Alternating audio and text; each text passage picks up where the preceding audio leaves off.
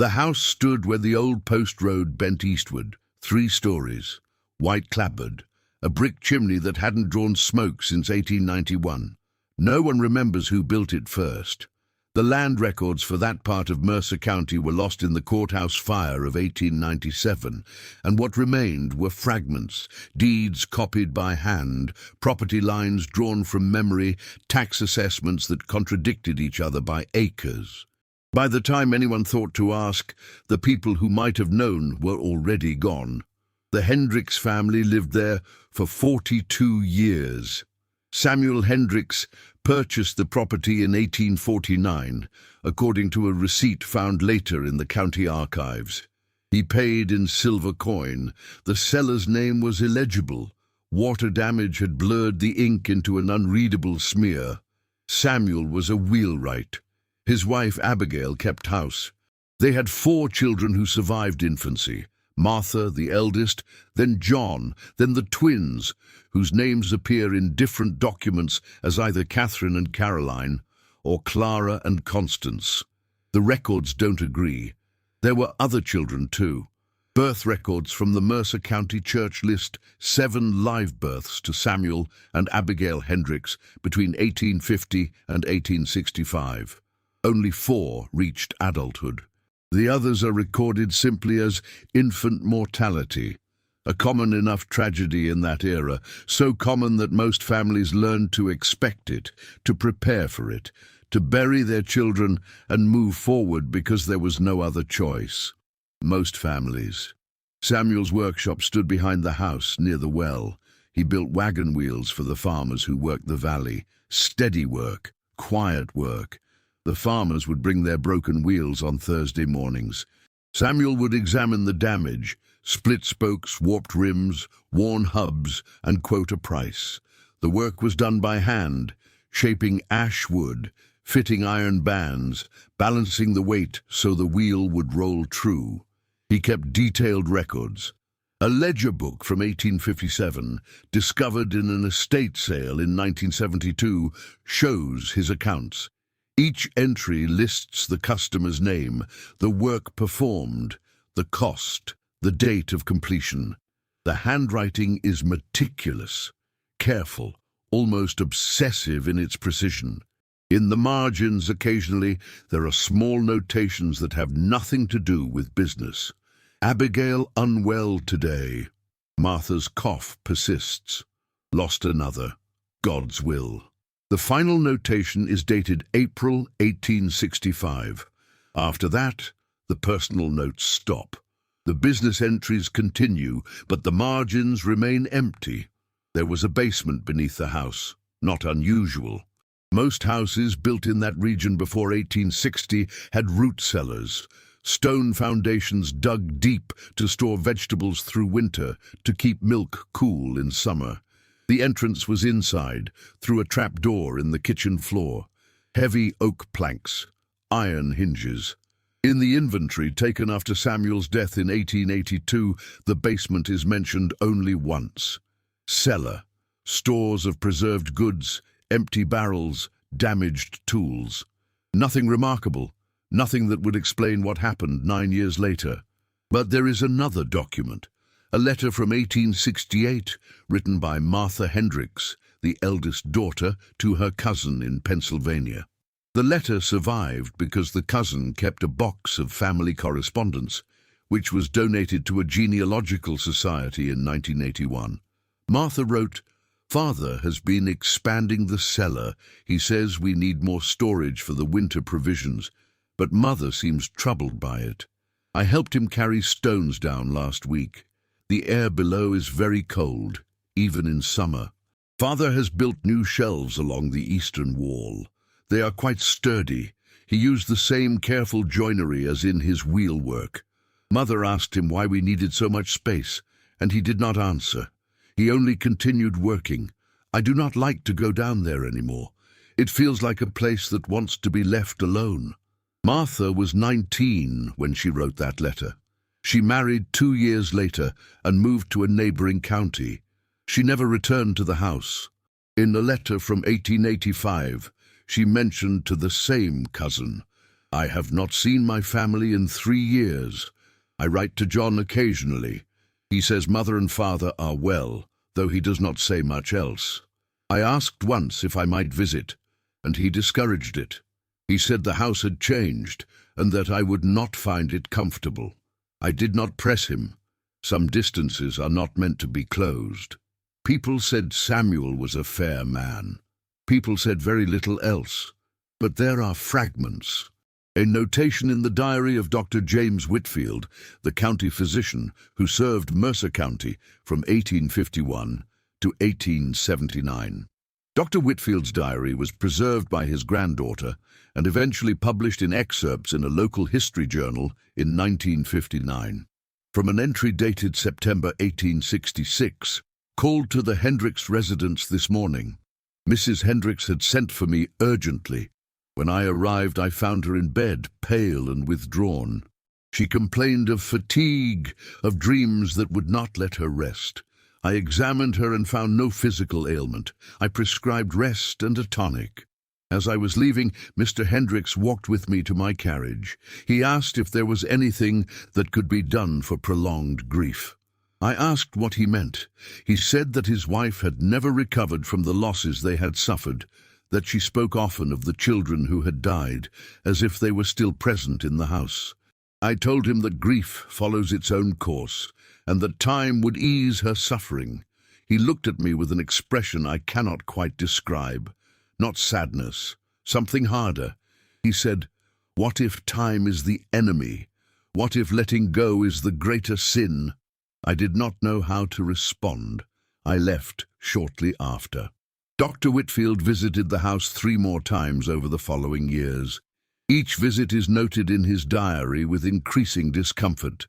In 1871, he wrote, "I no longer go to the Hendricks place unless absolutely necessary. There is an atmosphere there that I cannot explain in medical terms. It is as if the house itself is holding its breath." The first mention of something wrong appears in a letter dated March 1891. The letter was written by Reverend Thomas Albright, pastor of the Mercer County Presbyterian Church, to his brother in Philadelphia. The original was sold at auction in 1954. A transcription exists in the Historical Society's files. Reverend Albright wrote, "There is trouble at the Hendricks place. I was called there last week by young John, who came to the parsonage before dawn. He would not say what was needed, only that his mother required my presence urgently. When I arrived, I found Mrs. Hendricks in a state of great distress. She would not permit me to enter certain parts of the house. She spoke in fragments of what we found, of what was kept, of things that should never have been preserved. I pressed her for clarity, but she became more agitated. John led me away. I have not been invited back since." The letter continues with parish business. It does not return to the subject, but Reverend Albright's diary, discovered in 1963 among his papers, contains more detail. The entry for March 14, 1891. "I cannot shake the feeling that I witnessed something today that I was not meant to see. Not a physical thing, but a spiritual condition. Mrs. Hendricks looked at me as a drowning woman might look at someone standing safely on shore, with a mixture of desperation and resentment. She kept saying, 'We did what we thought was right. We were told it was the only way.' I asked who told her. She would not answer. The house smelled strange. Not of decay, but of chemicals, something medicinal and wrong. John stood in the doorway to the kitchen, blocking my view. I could see the trap door behind him. It was slightly open. I heard no sound from below, but I felt as though I were being watched from that darkness. I left as quickly as I could without appearing to flee. I prayed for them afterward, but the words felt hollow. 3 days later, another entry. I saw Mr. Hendricks in town today, or rather, I saw John Hendricks. I referred to him as Mr. Hendricks because that is what he has become. His father has been dead for 9 years, but John has assumed the same posture, the same reserve. He purchased lamp oil and salt. When I asked after his mother, he said only that she was resting. I asked if I might visit again.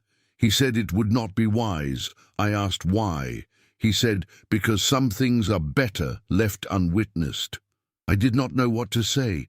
He walked away before I could respond. Abigail Hendricks died 6 weeks later. The death certificate lists the cause as heart failure. She was 57 years old. The funeral was small. Reverend Albright officiated. In his diary, discovered in 1963 among his papers, he noted, "Few attended. The daughters did not speak. John stood apart. I offered what comfort I could, though I sensed it was not wanted.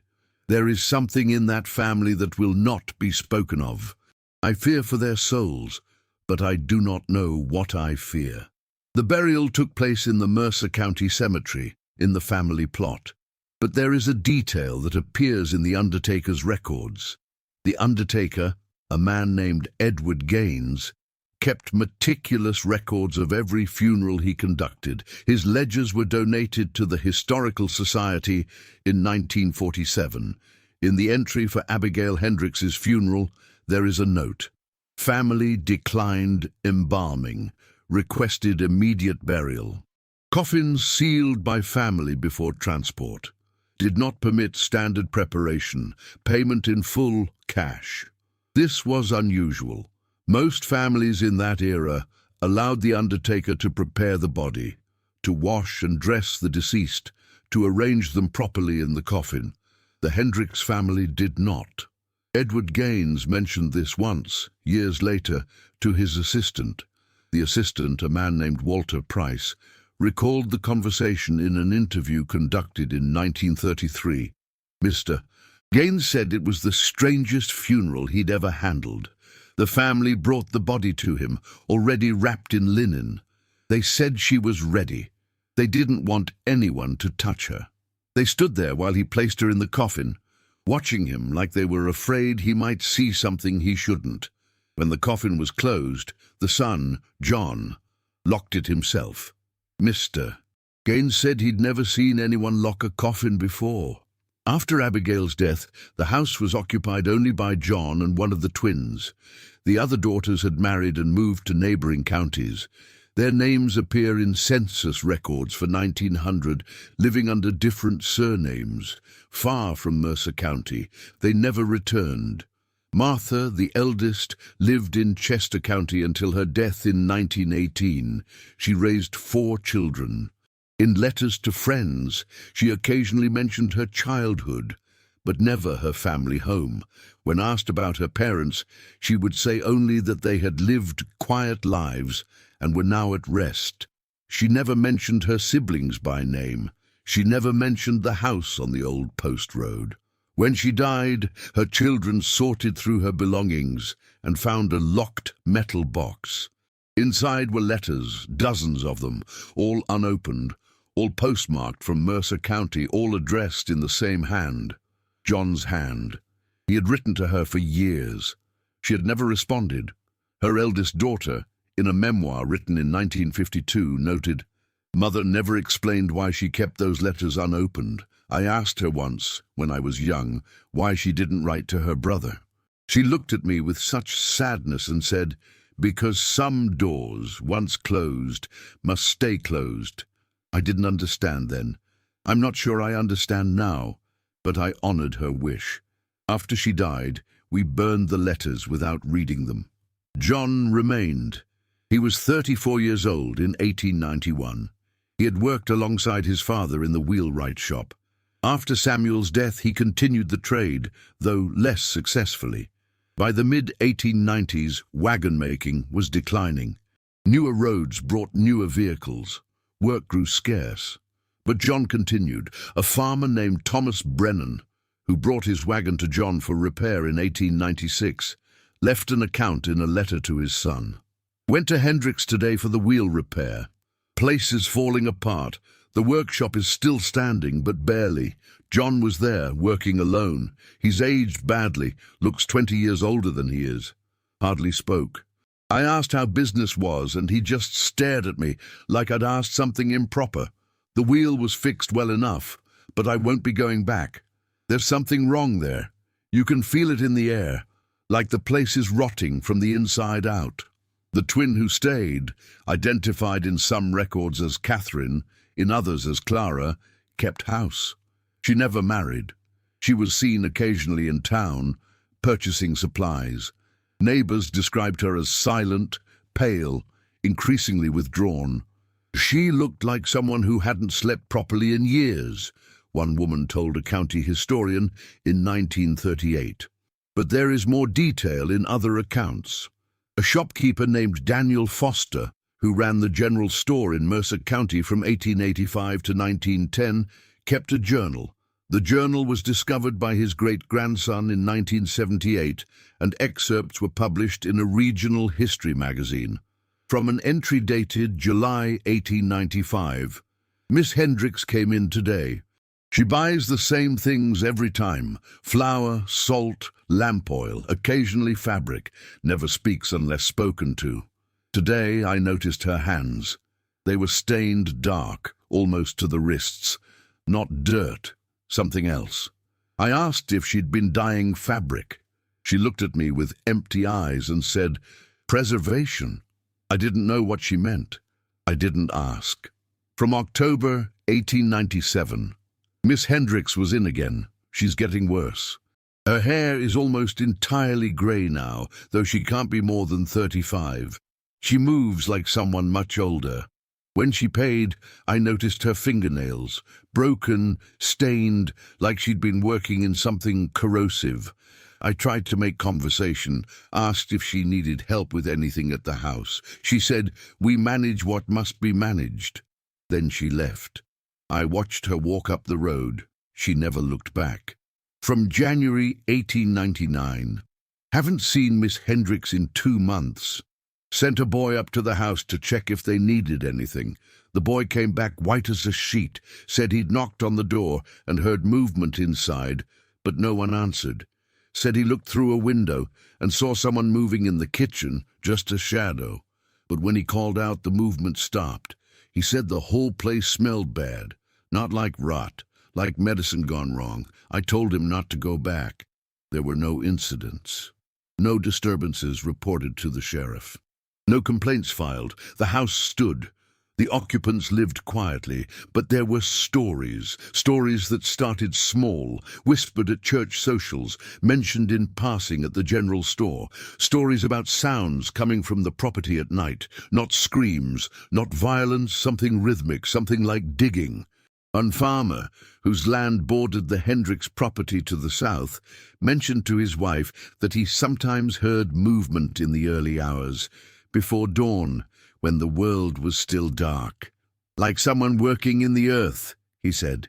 His wife told him to mind his own affairs. He did, but he mentioned it again, years later, to his son.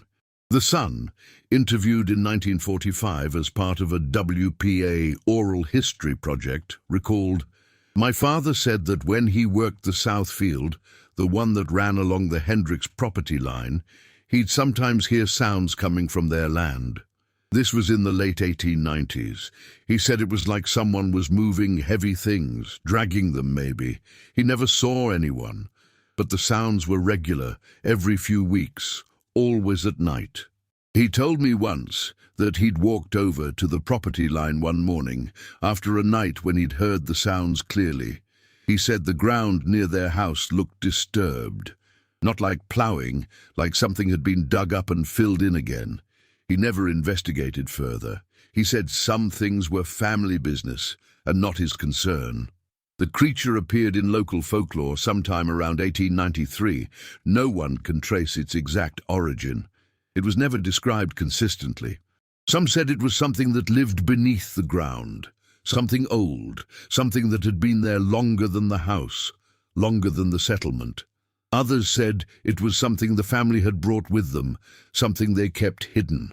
A few claimed it wasn't a creature at all, but a sickness, a corruption that spread through the soil, through the walls, through anyone who stayed too long. The stories were never written down. They existed only in conversation, passed quietly between neighbors who had lived in the valley long enough to remember when things were different. "There's something wrong at that house," people said. They didn't say what. They didn't need to. But there are hints. In the folklore collection assembled by Professor Margaret Hendley of the State University in 1931, there is a section on regional supernatural beliefs. One subsection is titled "The Keeper's Bargain." The entry reads, "Informants from Mercer County describe a belief, never explicitly stated, but widely understood, that certain families could avoid death by keeping the dead in specific ways. The practice was never described in detail, but involved preservation, arrangement, and ongoing care of remains. According to the belief, if a family maintained this care, they would be protected from further loss. However, the protection came at a cost. The family would become isolated, unable to leave the place where the keeping occurred, and would eventually be claimed by what they had been keeping. Informants stressed that this was not a common belief and was associated with only one or two families in living memory. When pressed for names, most informants declined to provide them. Professor Hendley noted in her research diary, "I believe the informants are referring to the Hendricks family, though no one would confirm this directly. There seems to be a collective reluctance to speak about them by name." When I asked an elderly woman why, she said, "Because naming calls attention, and that family has had enough attention." I did not pursue the matter further. In 1898, John Hendricks placed an advertisement in the Mercer County Gazette. The ad ran for 3 weeks, seeking laborers for excavation work, discreet individuals preferred, compensation negotiable, inquire at Hendricks' residence, Old Post Road. No one responded, or if they did, no record exists. But there is a fragment, a notation in the personal diary of Sheriff Daniel Marsh, father of the sheriff who would later open the basement in 1901. The elder Sheriff Marsh served from 1895 to 1900. His diary was donated to the Historical Society by his family in 1958. From an entry dated November 1898. "Man came to my office today asking questions about the Hendricks place. Said he'd seen the advertisement for excavation work. Wanted to know if the family was reputable. I told him they were private people, kept to themselves. He asked if there had been any complaints about them. I said no. He asked if I knew what kind of excavation they needed. I said I didn't. He looked at me like he was trying to decide whether I was lying. Then he said, 'I'm from 2 counties over. I heard there's something strange about that house.' I asked what he'd heard. He said, that they dig at night, that they keep things they shouldn't keep. I told him rumors weren't facts. He left. I don't think he took the job. I hope he didn't." The advertisement stopped running after the 3rd week. A fragment from the diary of Sarah Pruitt, a schoolteacher who lived 2 miles from the Hendricks house, dated October 1899. "Saw Miss Hendricks in town today. She purchased lamp oil, flour, salt pork. Her hands were stained, not with ink or dye, but something darker. When I asked after her health, she looked at me as though I had spoken a foreign language. Then she said, 'We keep what we must keep.' I did not understand. I did not ask again." Sarah Pruitt left Mercer County in 1901. She took a teaching position in Ohio. In a letter to a friend, she wrote, "I'm glad to be away from that place. Some houses hold more than families." But before she left, she wrote another entry in her diary. This one was dated December 1900. "I took a walk this afternoon along the Old Post Road. I did not intend to pass the Hendricks house, but my route took me near it. As I approached, I saw smoke coming from the chimney, the first I'd seen in years. I also saw John in the yard, carrying something wrapped in cloth. It was roughly the size of a child. He did not see me. He went around to the back of the house, toward the cellar entrance. I did not stay to see more. I walked quickly back to town. That night I dreamed of that house. In the dream I was standing in the cellar. The walls were lined with shelves, and on every shelf were jars, glass jars, carefully labeled. I could not read the labels, but I knew what they contained. I woke gasping. I have decided to leave Mercer County. There are some places where the past refuses to stay buried. Sarah Pruitt never returned. She died in Ohio in 1947. In her will, she left a note requesting that she not be buried in Mercer County, even though her family plot was there. The note read, "Bury me anywhere but there." There is another account from this period. A traveling salesman named Peter Caldwell kept a journal of his routes through Pennsylvania in the late 1890s. The journal was discovered in an antique shop in 1989, and excerpts were published in a collector's magazine. Caldwell passed through Mercer County several times between 1897 and 1900. From an entry dated March 1899, stopped at the Hendricks place today thinking they might need supplies. The house looked abandoned, though I knew people still lived there. I knocked. No answer. I knocked again. Finally, the door opened. Just a crack. A woman's face appeared, pale, thin, eyes like someone who hadn't seen sunlight in weeks. I introduced myself. She said they needed nothing. I asked if I might leave a catalogue. She shook her head. I noticed the smell then, coming from inside the house, sharp, chemical, like a hospital but worse. I asked if everything was all right. She stared at me. Then she said, "We are doing what must be done. Nothing more." She closed the door. I left immediately. I marked the house on my route map with an X. I never stopped there again. The basement was opened in November 1901, not by the family, by the county sheriff. John Hendricks had been found dead in the workshop behind the house. He had been working alone. A beam had fallen. The death was ruled accidental. But there are details in the coroner's report that raise questions. Dr. William Stanton, the county coroner in 1901, noted, "Body discovered by neighbor who heard no sound of collapse. Workshop examined.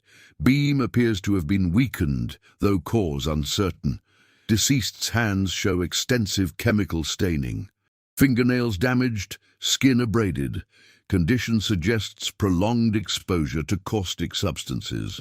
Time of death estimated at 48 to 72 hours prior to discovery. No evidence of foul play. Verdict, accidental death." But in Dr. Stanton's personal notes, discovered in his family's papers in 1966, there is more. Something wrong about this death. The beam didn't just fall. It looks like it was cut partway through, then collapsed under pressure. But who would cut it? And why was Hendricks working beneath a compromised beam? His hands, I've never seen chemical damage like that outside of industrial accidents. What was he doing? The workshop had no chemicals stored in it, only tools and wood. Where did the exposure come from? And why did it take 2 days for anyone to notice he was missing? The sister was in the house the entire time. She must have known. The twin, now the sole occupant, was in no state to manage affairs. Sheriff Daniel Marsh was tasked with inventorying the property for probate. He brought 2 deputies. They entered the house on a cold morning. Frost on the windows. Silence inside. The twin was found in an upstairs room. She did not resist their presence. She did not speak. She was sitting in a chair by the window, staring at nothing. One of the deputies, a man named Joseph Kirk, later described the scene to his wife.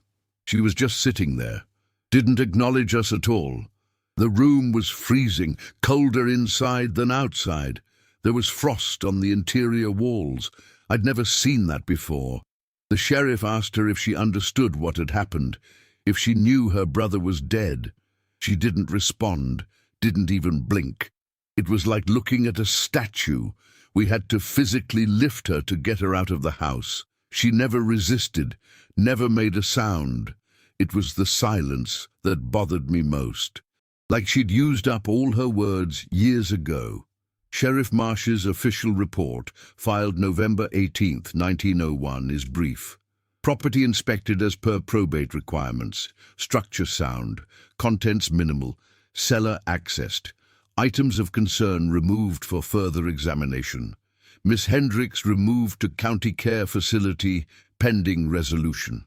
The report does not specify what was found. The items removed were never catalogued. The county care facility was the Mercer County Asylum, located 12 miles north. The twin died there in 1903. Cause of death, influenza. She never spoke again after being taken from the house. What was in the basement? No official record exists, but there are accounts. Deputy William Thorne, who accompanied Sheriff Marsh that day, spoke about it once, 30 years later in 1931, when he was interviewed for a local history project. The interviewer's notes are preserved. Mr. Thorne became visibly uncomfortable when asked about the Hendricks property. He stated that he had been instructed never to discuss what was found. When pressed, he said only, "It wasn't what we expected. It wasn't natural. Not in the sense of bodies or violence. It was preservation. Things kept past their time, arrangements that made no sense. The sheriff ordered it all burned. We didn't argue." The interviewer asked what kind of arrangements. Thorne stood up and left. He died 2 months later. But before he left, he said one more thing. The interviewer's notes continue. As Mr. Thorne was leaving, he paused at the door. Without turning around, he said, "There were shelves, rows and rows of shelves, and on every shelf there were jars, glass jars with metal lids, each one labeled in careful handwriting, names, dates. Some of them went back 40 years. I only saw a few labels before the sheriff told me to stop looking, but I remember one. It said, Samuel Jr., April 1851, born and died the same day, but that jar wasn't empty. None of them were. Then he left. When I tried to follow up with him later, he refused to speak to me. A second account comes from a woman named Helen Marsh, daughter of Sheriff Daniel Marsh. In 1945, she donated her father's personal papers to the Historical Society. Among them was an unsealed letter, written in her father's hand but never sent. No date, no recipient. The letter reads, "I have tried to forget what we saw. I have told myself it was only the work of grief, of minds unbalanced by isolation and loss. But I cannot reconcile what was there with any rational explanation. The shelves, the jars, the labels written in a careful hand, the organization of it, methodical, deliberate, and beneath it all, the smell, not decay. Something else, something preserved beyond reason. I burned it all. I gave the order, but I see it still, in dreams. I see the careful handwriting. I see the dates. Some of them went back 40 years. The earliest jar was labeled 1851. The most recent was labeled October 1901, less than a month before we entered that house. What were they preserving, and why? And what did they believe would happen if they stopped?" The letter ends there, but Helen Marsh included a note when she donated the papers. The note read, "My father never spoke of the Hendricks house. Not once in the 20 years he lived after that day, but he had nightmares. I would hear him wake in the night, gasping. My mother told me once that he would sometimes talk in his sleep. He would say things like, 'Too many jars,' and they labeled everything, and what were they trying to keep?" When he died in 1921, I found this letter among his private papers. I debated whether to include it in this donation. But I believe some things should be recorded, even if they are not understood, especially if they are not understood. Another fragment. A notation in the records of Dr. Henry Carmichael, the physician who attended to the twin at the asylum. From his case notes, dated February 1902, patient remains unresponsive to questions, minimal food intake, sleeps poorly. When asked about her family, she repeats a single phrase, "We were keeping them safe." When asked what she means, she falls silent. Today she added, "They told us it would protect us. If we kept them, it would not come." I asked what it was. She stared at the wall. After several minutes, she whispered, "The thing that takes what isn't kept." Dr. Carmichael's notes continue for several more months, from April 1902. Patient's condition deteriorating. She has begun refusing all food, must be fed by force. She mutters constantly now, though the words are often incoherent. Today I managed to discern a few phrases. Father said we must preserve. Mother said it was love, but love turned into something else. We couldn't stop. When I asked her to clarify, she looked directly at me for the first time since her admission. Her eyes were completely empty. She said, "We became what we kept." Then she turned away. She has not spoken since. From August 1902, patient no longer recognizes her own name. She sits by the window for hours, motionless. Yesterday, an attendant reported finding her standing in her room in the middle of the night, arranging her possessions on a shelf with meticulous care. When asked what she was doing, she said, "Preservation, always preservation." Then she returned to bed. This morning, I found that she had arranged her few belongings, a comb, a handkerchief, a button, in a precise row on the windowsill. Each item was evenly spaced. Each item had a small piece of paper beside it, with a date written in tiny letters. I removed the papers. She became agitated for the first time in months. She kept saying, "You've disrupted the order. You've disrupted the keeping." It took 3 attendants to calm her. From January 1903, patient contracted influenza during the outbreak last week. Her condition worsened rapidly. In her final hours, she became lucid for the first time in over a year. She asked for paper and pen. I provided them. She wrote a single sentence, "We thought we were preserving love, but we were only preserving loss." Then she died. I have kept the paper. I do not know why. Dr. Carmichael retired from the asylum in 1905. In his retirement, he wrote a memoir about his years as a physician. The memoir was published privately in 1910. There is a chapter titled "Cases That Haunt." In it, he writes, "Of all the patients I treated during my tenure at the asylum, one remains with me more than any other. I will not name her, as her family is known in the region. But I will say this: I believe she was not insane. I believe she was simply overburdened by knowledge that no human mind should carry. She knew what her family had done. She knew why they had done it. And she knew that it had all been for nothing. The preservation they practiced did not prevent loss. It only prolonged it, and in prolonging it, they became part of what they feared. They became the thing they were trying to keep at bay.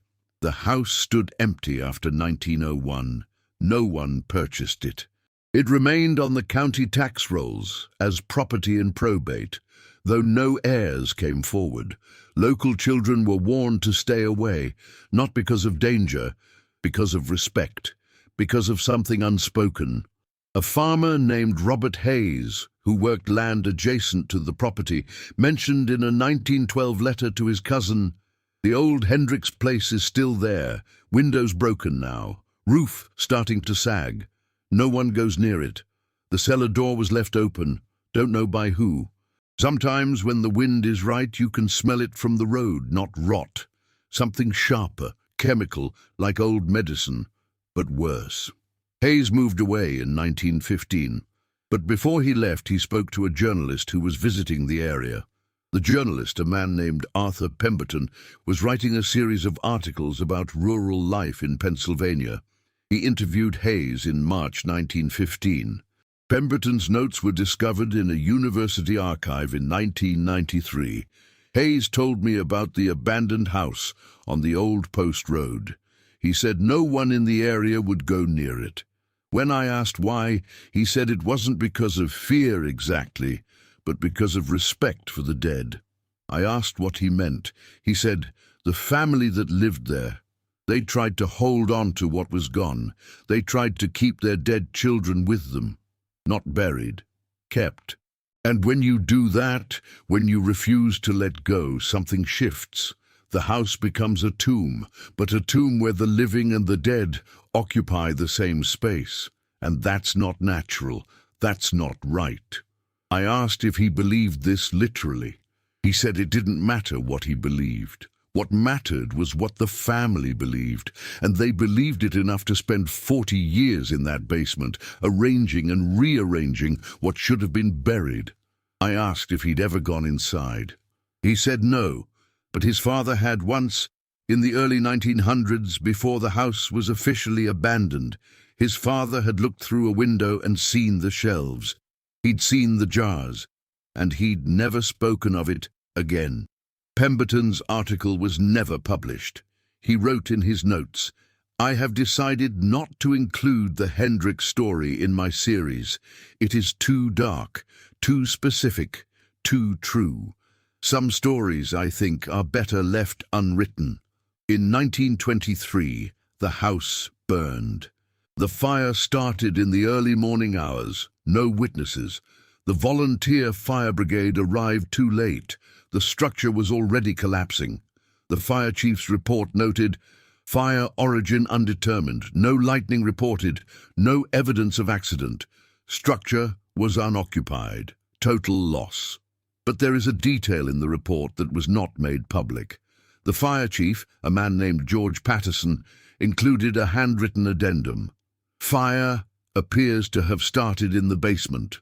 By the time we arrived, the entire structure was engulfed, but the pattern of smoke and flame suggested the source was below ground level. This is unusual, as basement fires typically smolder rather than spread rapidly. The intensity of this fire suggests accelerant, but we found no evidence of such.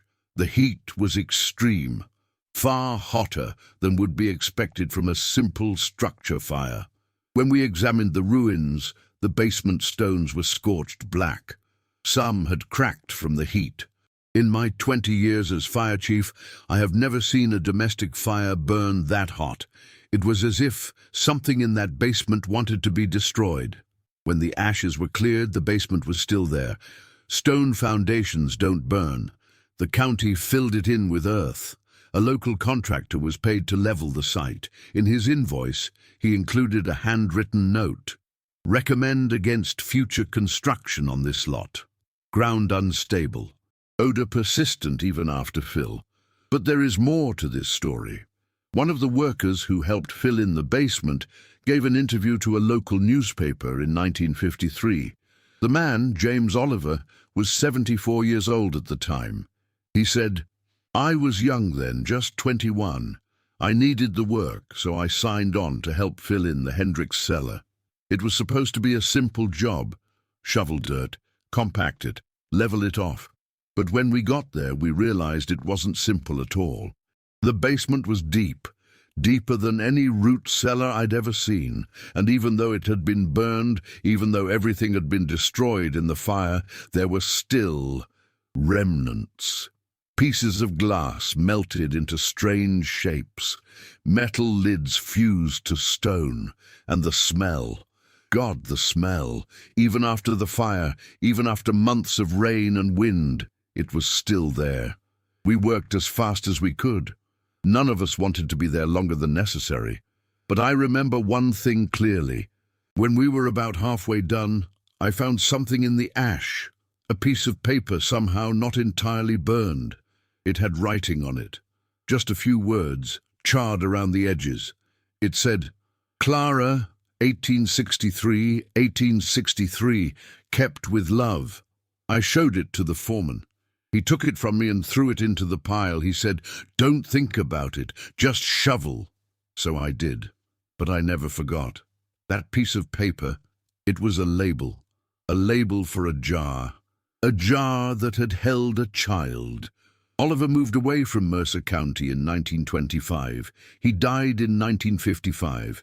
The land was sold in 1924 to a timber company. They never developed it. The stories persisted. Even after the house was gone, people spoke of the Hendricks family in careful terms, not with pity, not with curiosity, with something closer to caution. An oral history interview conducted in 1955 with an elderly woman named Edith Colson, who grew up near the Hendricks property, includes this exchange.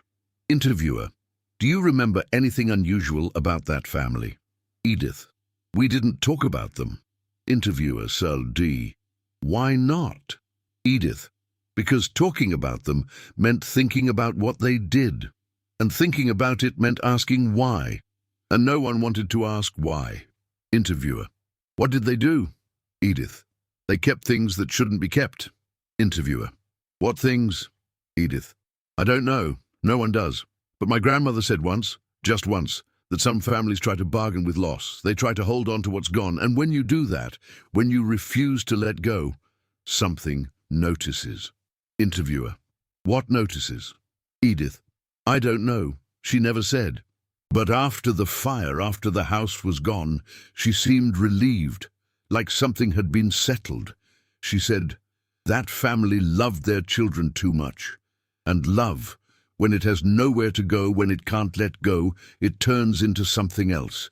It turns into keeping, and keeping becomes hoarding, and hoarding becomes worship, and worship of the dead is worship of death itself.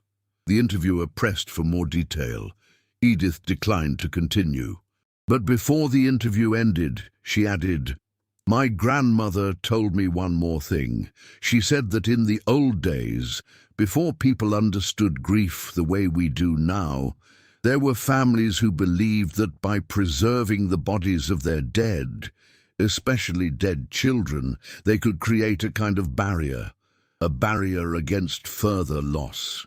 The idea was that if you kept the dead close, if you cared for them, if you maintained them, then death would be satisfied.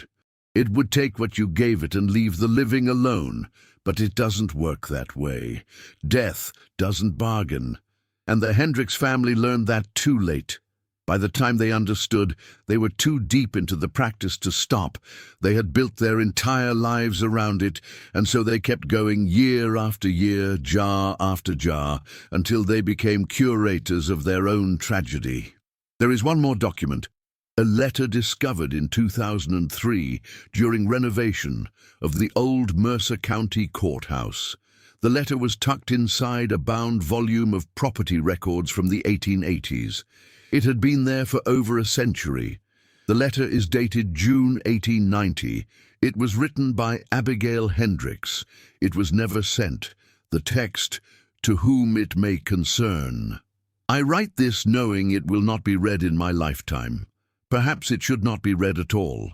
But I cannot carry this alone any longer. We thought we were protecting them. We thought that by keeping them close, by preserving what remained, we could prevent further loss. Samuel believed it. I believed it. It began with our first, Samuel Jr. He lived only 3 hours. The midwife said we should bury him immediately, but Samuel couldn't bear it. He said we needed time to say goodbye. He built a small box and lined it with cloth. We kept the box in the house for a week, then 2 weeks, then a month. By then, Samuel had read about preservation techniques, about how scientists kept specimens, about how the body could be maintained if treated properly. He said it wasn't wrong. He said it was science. He said it was love. When our second child died, Mary at 6 months, Samuel already had the supplies, the chemicals, the jars. He said we could keep her, really keep her. He said we could visit her whenever we wanted. He said she would always be with us. I should have stopped him then, but I didn't, because I wanted it too. I wanted to hold on to what I had lost. I wanted to believe that death was not final, that we could preserve what had been taken from us. And so we began. Over the years, we lost 3 more children. Each time, Samuel preserved them. Each time we added another jar to the cellar. Each time we told ourselves it was temporary, that eventually we would let go, that eventually we would bury them properly, but we never did. The cellar became a shrine. We would go down there in the evenings, light candles, speak to them. We named each jar. We recorded every detail, birth date, death date, the exact time they left us. We arranged them carefully on the shelves, organized by year. We told ourselves we were honoring them. But preservation is not honor. Preservation is refusal, and refusal has consequences. I cannot explain what has happened in this house. I cannot put into words the feeling that has grown over the years, but I can say this: we are not alone here. There is something that watches, something that has taken an interest in our keeping. I see it in the shadows. I feel it in the cold air that rises from the basement. I hear it in the silence that fills the house when we are not speaking. Samuel says it is our protector. He says that by keeping our dead close, we have created a barrier. He says that as long as we maintain the preservation, as long as we care for what we have kept, no further harm will come to our remaining children. But I no longer believe him. I believe we have created our own curse. Our living children have grown up in a house of death. They have seen the jars. They know what we do, and it has changed them. Martha left as soon as she could. She married young and never looked back. The twins are silent, withdrawn. They help us with the preservation because they believe they must, but I see the fear in their eyes. And John, poor John, he has taken on his father's obsession. He speaks of continuing the work. He speaks of it as a sacred duty. I tried to stop it once. Last year I told Samuel we should bury them, all of them, properly, in the ground. I said we had to let go. He looked at me with such rage. He said if we stopped, if we buried them, then everything we had suffered would have been for nothing. He said the preservation was the only thing that gave meaning to their deaths. I did not argue, because part of me still believes him. Part of me cannot imagine this house without the basement, without the jars, without the careful labels and the organized shelves. We have become what we keep. If anyone reads this after we are gone, do not open the cellar. Do not try to understand. Burn it. Burn it all. Some things should not be kept. Abigail Hendricks. The letter is signed in a shaking hand. It is the only document in her hand that survives. There is a postscript to this story. In 2011, a graduate student from the State University named Rachel Winters was researching 19th century burial practices for her dissertation. She came across references to the Hendricks family in county records. Intrigued, she began investigating. She interviewed descendants of families who had lived near the Hendricks property. She reviewed archival documents. She examined newspaper records, and she found something that had not been previously noticed.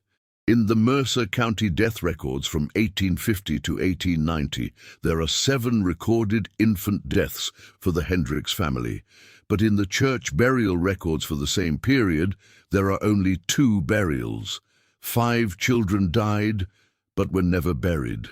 Rachel Winters noted in her dissertation, the discrepancy between death certificates and burial records suggests that the Hendricks family was engaging in a practice that, while not illegal at the time, was certainly outside social norms. Private burial on family property was allowed, but there are no records of such burials on the Hendricks land. The implication is that these children were never buried at all.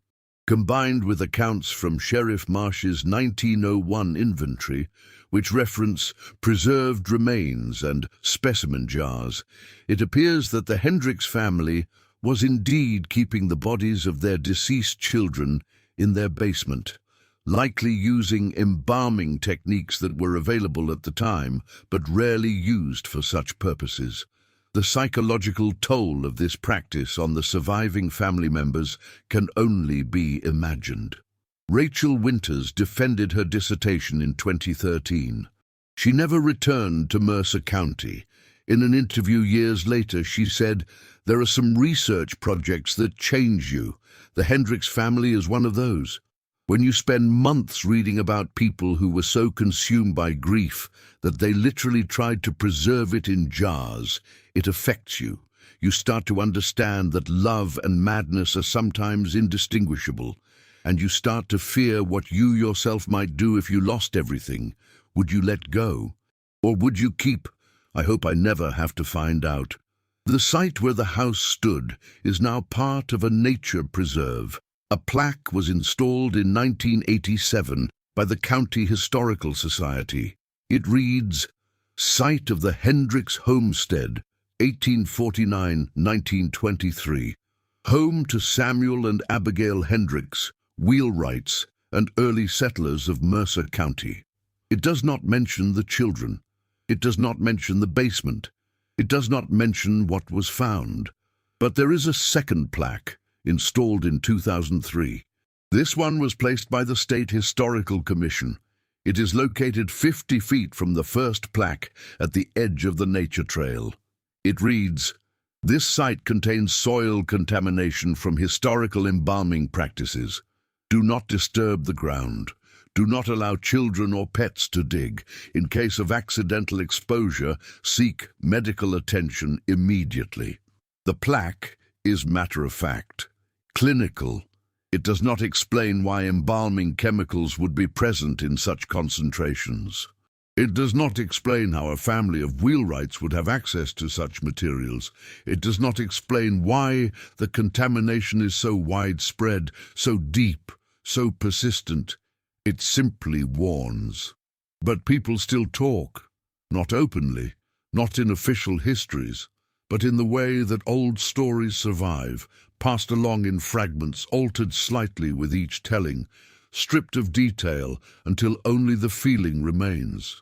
The feeling that some families carry secrets too heavy to bury, that some houses hold more than the living, that preservation taken too far becomes something else, something that watches, something that waits.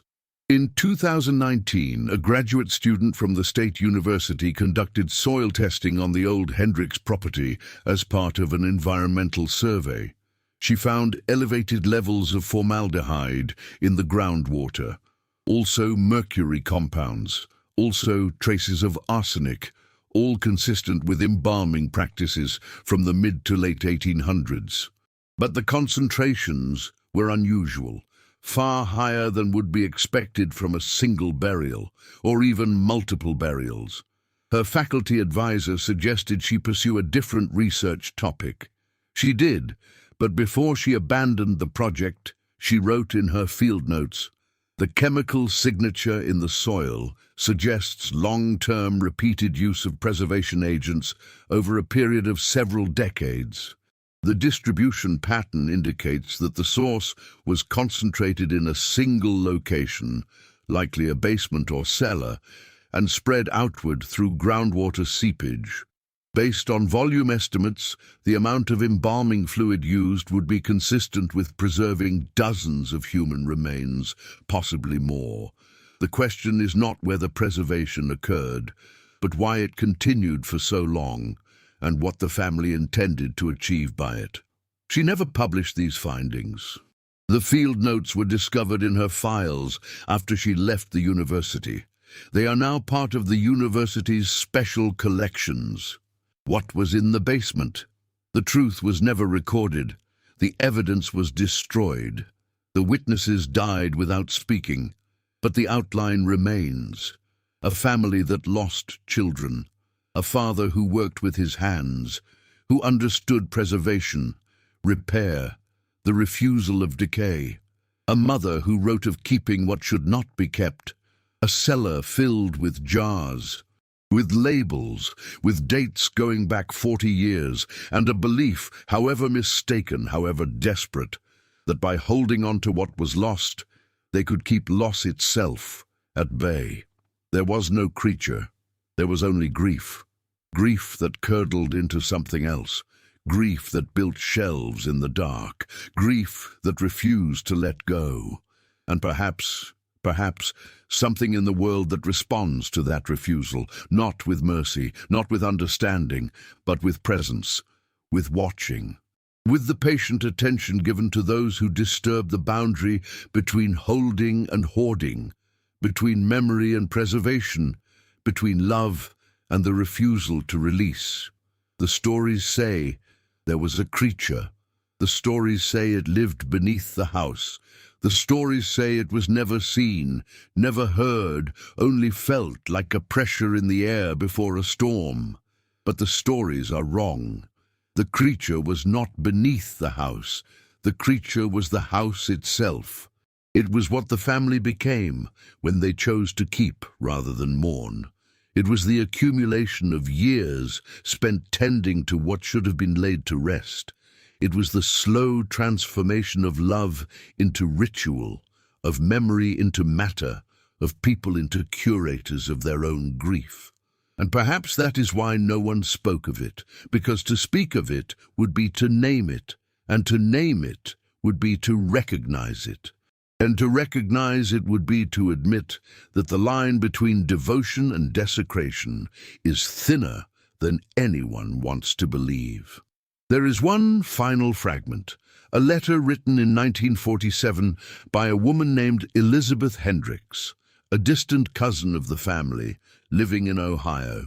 She wrote to the Mercer County Historical Society requesting information about her ancestors. The Historical Society sent her copies of the available records, birth certificates, death certificates, property deeds. She wrote back 3 weeks later. Her letter read, "Thank you for the documents. I had hoped to learn something positive about this branch of my family tree. Instead, I have learned why my grandfather never spoke of them. I found a note among his papers after he died. It said, 'Some branches should be cut off and burned.'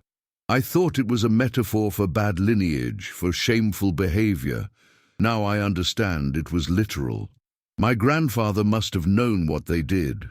He must have known and chosen never to speak of it. I will honor that choice. I will not pursue this research further. Some family histories are better left unwritten." The letter is the last recorded inquiry about the Hendricks family. No one has requested information since. The land is quiet now. Trees grow where the house stood. The basement is buried beneath decades of soil and leaf matter. But sometimes, according to those who walk the trails through the preserve, there is a smell, faint, chemical, like old medicine, like something preserved too long. And sometimes in the early morning before the sun rises, there is a sound, not digging, not movement, but something closer to breath, the slow, patient exhalation of earth that has swallowed what it was given and is still, after all these years, digesting. A park ranger who has worked at the preserve since 2005 mentioned in a casual interview in 2018, "I've walked every trail in this preserve hundreds of times. I know the sounds, birds, wind, deer moving through the underbrush. But there's one spot, near the old Hendricks site, where the sounds are different. It's hard to describe. It's like the air is thicker there, like something is waiting just beneath the surface. I don't linger there. None of the rangers do. We keep the trails maintained, but we don't spend more time there than necessary. It's not fear exactly, it's respect. Respect for something that should be left alone." In 2022, a metal detectorist obtained permission to search the preserve for historical artifacts. He found several items, old nails, a horseshoe, fragments of glass. But when he reached the area near the former Hendricks property, his metal detector began malfunctioning. He described the experience to a local newspaper. "The detector started going crazy, not like it does when you find something metal. It was chaotic, random signals, high-pitched whining. I thought the battery was dying, so I changed it. Same problem. Then I noticed the smell. that chemical smell everyone talks about. I decided to pack up and leave. As I was walking away, the detector went silent. Worked perfectly for the rest of the day. I won't go back to that spot. Whatever's there, it doesn't want to be found. The preserve receives about 3,000 visitors per year. Most walk the main trails. Most never notice the historical markers. Most never ask about the Hendricks family. But occasionally, someone does. A volunteer at the preserve's visitor center, a retired teacher named Barbara Mills, keeps a log of questions she's asked. She noted in 2020, every few months, someone asks about the contamination warning sign. They want to know why it's there. I tell them it's from old burial practices. I don't elaborate, but sometimes they press for more detail. They ask whose burial. They ask why the contamination is so severe. I redirect them to other topics. I've learned not to engage, because once you start talking about the Hendricks family, once you start explaining what they did, people want to know more, and the more they know, the more disturbed they become. Better to keep it simple. Better to keep it vague. Some knowledge doesn't help anyone. What remains? A patch of ground in a nature preserve. 2 plaques with partial truths. Soil contaminated by chemicals from a century ago. Stories passed down in whispers. Documents scattered across archives. And the persistent feeling among those who know that something lingers. Not a ghost, not a spirit, but an echo. The echo of a family that loved so deeply and grieved so desperately that they refused every natural law. They refused to let go. They refused to release. They refused to accept that what is gone cannot be kept. And in that refusal, they created something that outlasted them all.